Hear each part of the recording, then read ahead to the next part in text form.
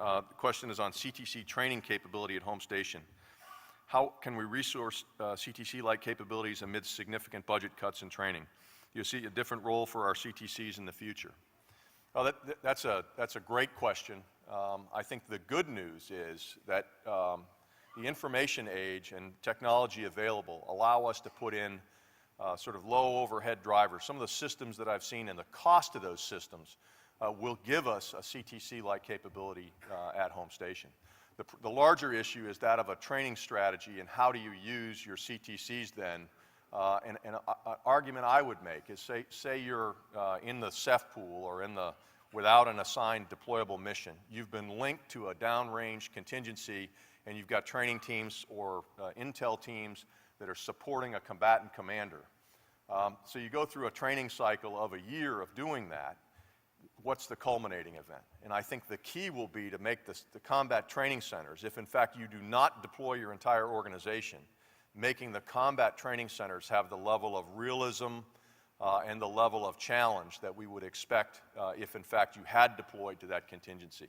So again, I make the argument, little wonder commanded CTCs for 3 years, but more resources, I think, absolutely essential to make that. That could well be for this next generation of warfighters, as it was for many of us up through the brigade and general officer level, sort of the challenge of combat that they're going to see. We are not likely to have the kind of combat experience force into the future. So the role of the CTC will become that much more essential in providing that capstone experience.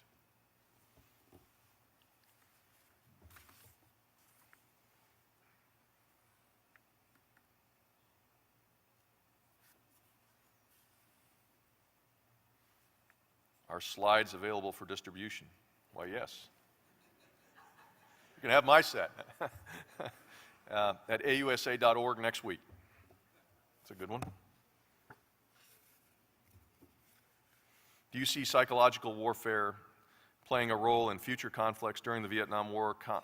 Communists use both guerrilla war and psychological warfare to defeat its enemy. Oh, absolutely.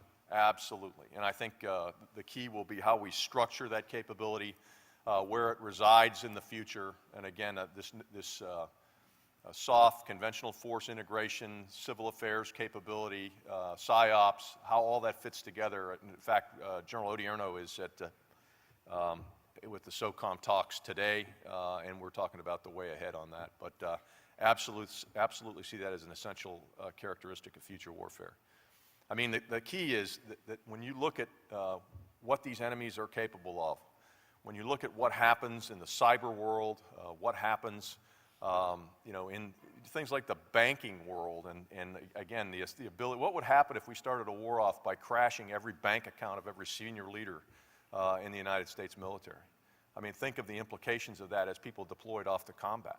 I mean, the reality of this future combat is it is a thinking, adaptive enemy. And again, that's why the discussion about hybrid strategies is so important. This is not about a bunch of capabilities cobbled together on the battlefield without effect. This is all put together from top to bottom in many cases by a nation state or a near nation state actor with capabilities across the realm. That's what we have to prepare for.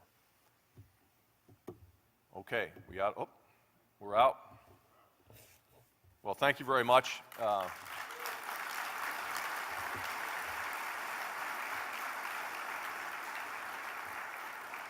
Thanks much, and as I say, at TRADOC, we're always looking for better ideas. If you want to contact me, robert.cohn@usarmy.mil, we'll be happy to take your ideas and tie them into our developing concepts. Thank you very much.